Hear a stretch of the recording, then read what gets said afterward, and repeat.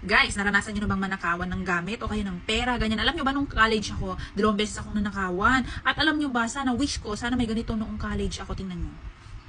Jaran! Ayan nga po pala yung aking safe well na security vault or cash vault, ganyan. So, how I wish na meron ng ganito nung college ako. Kasi alam mo, 2 beses akong nanakawan ng pera. Tapos, yung isa naman yung hikaw ko na grade 3 ko pa yun binigay ng nanay ko sa akin. Pero nung college lang ako nawala. Kasi ba naman, susi lang ang meron. Eh, yung susi, kung nilagay ko naman sa bag ko ganyan, makikita rin nila. 'Di ba? Sana meron ganito. Kasi alam mo tong ganito, may ganyan pala siyang lock. Tapos itong lock niya na ganito, mahirap siyang, alam mo yung kahit hula-hulaan mo, hindi mo yun mahulaan. Kaya, ito kasi, hindi na to kailangan ng battery kasi mechanical to. Paikot-ikutin mo lang, basta tama yung combination mo, mabubuksan mo na to. Okay? Kaya kahit nakasuksok yung susi dyan, no one can open that except me. Kung sino lang yung nakakaalam ng password, siya lang yung makakapag-open. Yung mga ganitong safety vault, ganyan.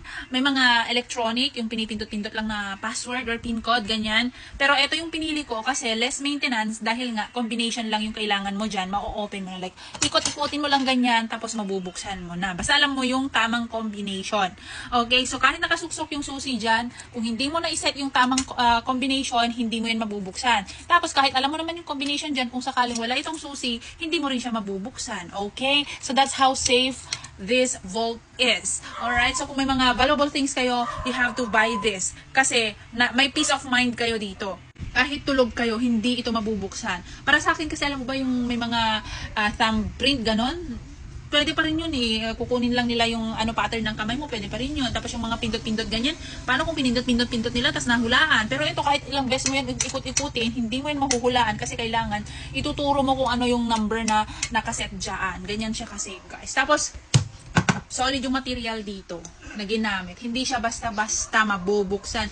Kahit pa, ganon mo yan. Lakwitin mo yan. Hindi yan mabubuksan ng basta-basta. So, try natin i-open kung ano meron sa loob.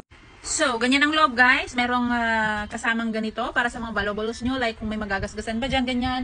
So, ito yung kasama niyan para hindi siya magka-scratch. O, ayan. Barya lang naman po yung pera ko dyan. Huwag na kayong Tapos, mga wallets ko and then cellphone and jewelries, mga documents na importante. So, dyan nakalagay. Para, uy, may wallet pala akong ganito dito. Okay, guys. So, ito nga pala yung wallet ko. Na cutie pie pie. I love this. So much. Anyway, so nakatago lang yan dyan, mga yan. Tapos tingnan nyo naman, may second layer pa yan. Pwede itong tanggalin just in case gusto nyo ng isang buo lang na, like for example, milalagay ko dyan na malaki, ganyan. Pwede nyo itong tanggalin. Okay, ganito kapal yung material na ginamit. Ang kapal, diba? Tapos dito na, ito naman, diba? Nakita nyo yan? Ang kapal. Ang kapal, doble. Tapos, sa ilalim niya may mga butas ganyan ko. Kasi kung gusto nyo i-mount sa wall, o kaya naman sa dingding, ganyan, yun. So, ganyan yan kaganda, guys. Napaka, solid ng material na ginamit dito. Siyempre, sa presyo pa lang, alam nyo nang maganda yung quality. So, mag-base kayo sa presyo. Kung bibili kayo kasi, kapag kamura, alam nyo na, mapapamura lang kayo sa galit. Anyway, so, dalawa yung ganyan niya,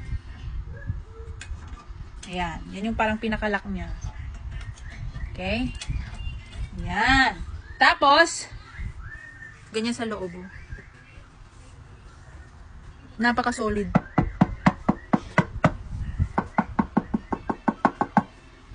Mabigat, guys. Yun lang yung masasabi ko dito. Napakabigat niya. Okay? So, yan yung mga nandyan sa loob niya. Kaya kung may mga valuable things kayo dyan, tapos, gusto nyo na gusto nyo kayo lang yung nakakapagbukas ng vault na yun, dapat ganito yung bilhin nyo, guys. Okay? May security, may password. Para kayo lang talaga yung makakapagbukas ng vault, para wala na kayong sisisihin kung bakit kayo nawalan, ganon, ganyan. Kasi, wala naman na kayong ibang sisisihin pa kung kayo lang nakakaalam ng password, dahil nga wala namang ibang nakakapagbukas kundi kayo lang. Okay? So, may peace of mind kayo dyan. Yun lamang. Kaya ko na lang dito sa yellow basket o kaya naman dito sa orange basket. Dito sa comment section para makabili rin kayo. Okay? Bye!